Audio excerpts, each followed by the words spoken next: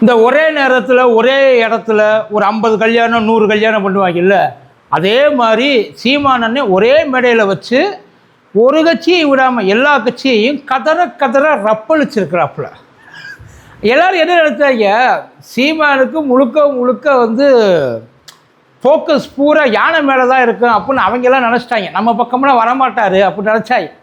ஆனால் யானையில் ஆரம்பித்து யாரையுமே விடாமல் மனுஷன் நிற்க வச்சு ஒவ்வொருத்தரையாக கூப்பிட்டு குத்தி அனுப்பிச்சிருக்காப்புல. இதில் மீடியா தான் ஸ்பெஷல்.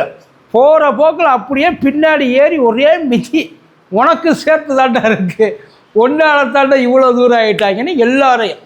அதுலேயும் தாவேக்கா நிலைமை ரொம்ப மோசம். இந்த வடிவேலண்ணே கஞ்சா கேஸை பிடிக்க போகிறப்ப உள்ளே போனதுக்கப்புறம் மொத்தமாக எல்லாத்தையும் உருவிட்டு ஓரமாக ஒரு மூலையில் உட்கார வச்சுருப்பாங்கல்ல, அதே மாதிரி சீமான் அண்ணன் தூக்கி உட்கார வச்சுருக்காரு சார். அது ஆக்சுவலி அதுதான் நடந்தது. அவர் கேட்ட கேள்விகள் ஒவ்வொன்றும், இந்த கர்ண படம் பார்த்துருக்கீங்களா, சிவாஜி சார் நடித்தது.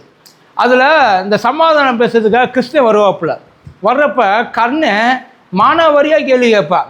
ஏட்டா வெக்கமே இல்லாமல் கட்டின பொண்டாட்டியை வச்சு சூதாடி இருக்கானே, இவனுக்கு வக்காலத்து வாங்கிறதுக்காக நீ வந்திருக்கிறியா அப்படின்ற மாதிரி கிருஷ்ணனை கேட்பாப்புல. அதுக்கு கிருஷ்ணன் ரொம்ப ஃபீல் பண்ணி வேதனை தரக்கூடிய கேள்வி அப்படிப்பார். ஆனால் கேட்கக்கூடிய கேள்வி அந்த மாதிரி அவர் கேட்ட ஒவ்வொரு கேள்வியும் உண்மையிலே இந்த சொல்கிறப்ப செருப்பால் மட்டும் இல்லை, எதில் இல்லாமல் எடுத்து கையில் எது கிடைக்குதோ அதை எடுத்து அடித்த மாதிரி இருந்துச்சு. காங்கிரஸோட நிலைமையெல்லாம் ரொம்ப மோசம் சார்.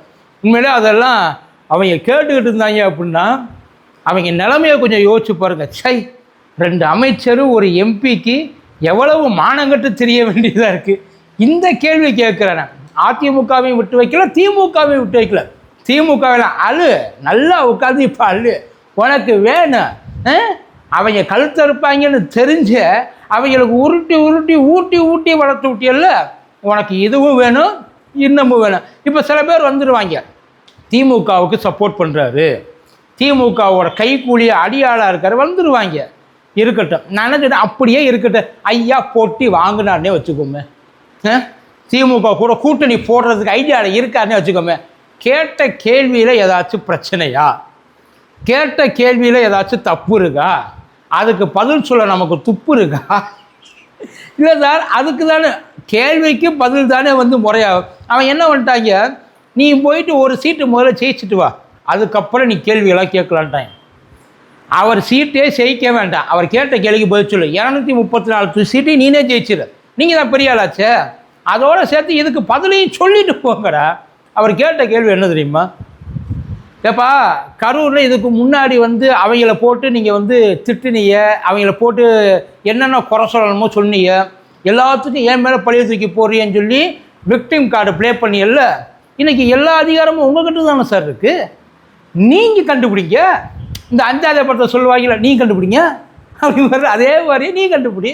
உங்கள் கையில் பவர் இருக்குது, உங்கள் கையில் எல்லா அதிகாரமும் இருக்குது, சிபிஐ இருக்குது, இன்வெஸ்டிகேஷன் ஆஃபீஸர்ஸ் இருக்காங்க, பெஸ்ட்டு போலீஸ் ஆஃபீஸர்ஸ் இருக்காங்க, நீ கண்டுபிடிச்சி ஊருக்கு உண்மையை சொல்லு.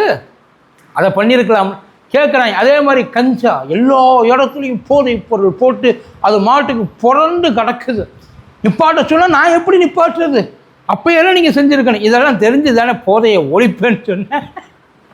அவர் கேட்ட இதெல்லாம் தெரிஞ்சு தானப்பா நீ போதையை ஒழிப்பேன்னு சொன்னேன்.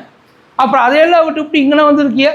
தாவேக்கா ஓகே பரவாயில்ல கேட்குறாங்க, பண்ணியிருக்காங்க.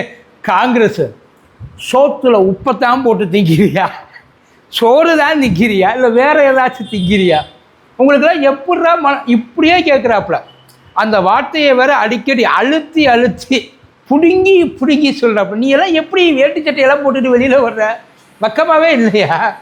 எங்கே ரோசக்காரங்களாக இருந்தால் உண்மையிலேயே அது இந்த கேள்விக்கு உங்களுக்கு கோபம் வருதுன்னா போயிட்டு ரிசைன் பண்ணிட்டு வா, நின்று. ஏன்னா நீ வாங்கி ஜெயித்தது யாரால், உன்னை ஜெயிக்க வச்சது யார்? உன்னை அவர் கேட்குற கேள்விப்பா. நின்றுட்டு இப்போ நீ தாவேக்கா தான் எல்லாம், தாவேக்கா தான் வந்து இந்திய தமிழ்நாட்டோட இது இது என்ன சொல்லுவாங்க, வர வாங்கி வந்த கட்சி. இப்போ நீ போயிட்டு ரிசைன் பண்ணிட்டு எம்பியாக மறுபடியும் தாவேக்காவில் நின்று போட்டி போட்டு ஜெயிச்சு தான் பாரு. அசிங்கமாக இல்லையா உங்களுக்கெல்லாம்? எப்படி உங்களுக்கெல்லாம் சோழி இறங்குதுக்குள்ள மாடா வரியாக கேள்வி கேட்டாப்புல.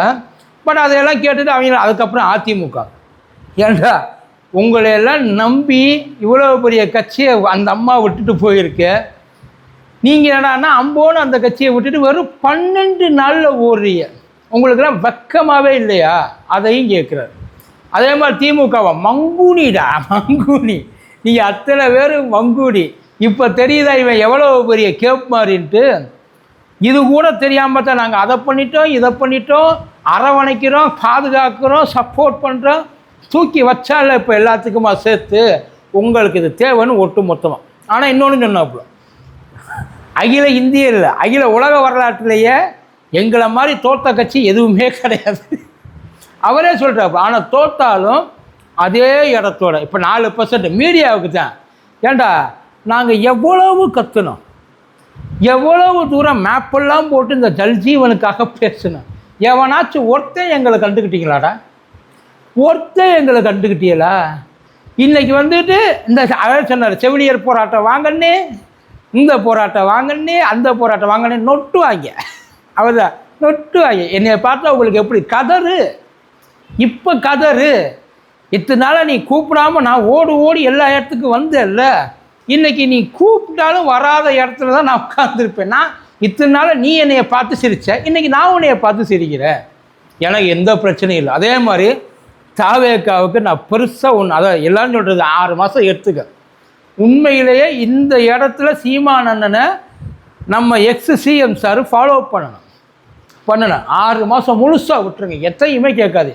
ஏன்னா நீங்கள் இடையில பூந்து அவங்கள கேட்குறேன், அவங்க தப்பு செய்கிறாங்கன்னு நீங்கள் சொல்கிறதெல்லாம் அவங்க அடிக்கடி சரி பண்ணிட்டு வந்துடுறாங்க. சரி பண்ணலை அப்படின்னாலும் அதுக்கு ஏதாச்சும் பதிலையாச்சும் ரெடி பண்ணிட்டு வந்துடுறாங்க. விட்டுருங்கன்றான். 6 மாதம் பேசாமல் இருங்க, செஞ்சு விட்டுருங்க. அதுக்கப்புறம் ஏன்னா என்ன பிரச்சனையில் இருக்கிறோம் அப்படின்னு தெரிஞ்சால் தானே சார் அவங்களுக்கு உண்மையான பிரச்சனை என்னன்றது தெரியும். அவங்க எதையுமே பிரச்சனை அவங்க அதை பற்றி கண்டுக்கிற. நீங்கள் பண்ணுறத பூரா வைத்தறிச்சலில் பேசுகிறீங்க, அதாவது பொறுக்க முடியாமல் பேசுகிறீங்க. உங்களுக்கு பொறாமை. சிஎம் சாரை விஜய் சார் இருக்கார், அதனால் அதை உங்களால் ஏற்றுக்க முடியலை. அது ஒரு பக்கம் உண்மையாகவே இருக்கலாம். அவர் நடிகராக இருந்து வந்ததுனால இல்லை, ஒன்றத்தையுமே சொல்லாமல் எதையுமே தெரியாமல் கொள்கை, கோட்பாடு, சித்தாந்தம், வளர்ச்சி, உண்மையான நிலைமை எதை பற்றியும் தெரியாமல் ஒருத்தரை தூக்கி ஏற்றி உட்கார வச்சுருக்காங்களேன்ற அந்த வைத்திருச்சு. வேறு எதுவும் கிடையாது. இவ்வளோதான். ஒன்றும் இல்லை. அவர் சொன்னதுக்கு பெஸ்ட்டு எக்ஸாம்பிளாக, நான் எங்களுக்குள்ளே ஆடு வளர்க்கலாம், மாடு வளர்க்கலாம், பன்னி வளர்க்கலாம், இதையெல்லாம் நான் சொன்னப்போ எல்லாரும் என்னை பார்த்து சிரித்தாங்க. சீனாவில் இப்போ மாதம் 1 லட்சம் ரூபாய்க்கு ஆடு மேய்க்கிறதுக்காக ஆளை கூப்பிட்ருக்காங்க. அதை இங்கனுக்குள்ளே இருக்க ஒரு நியூஸ் சேனலு பெரிய கவர் ஸ்டோரியாக பண்ணி போடுது, பாராட்டுது, ஆச்சரியப்படுது. இந்த இளவத்தாண்டா நான் சொன்னேன். சீனா சொன்னால் ரசிப்பேன், நான் சொன்னால் சீமான் சொன்னால் சிரிப்பியா?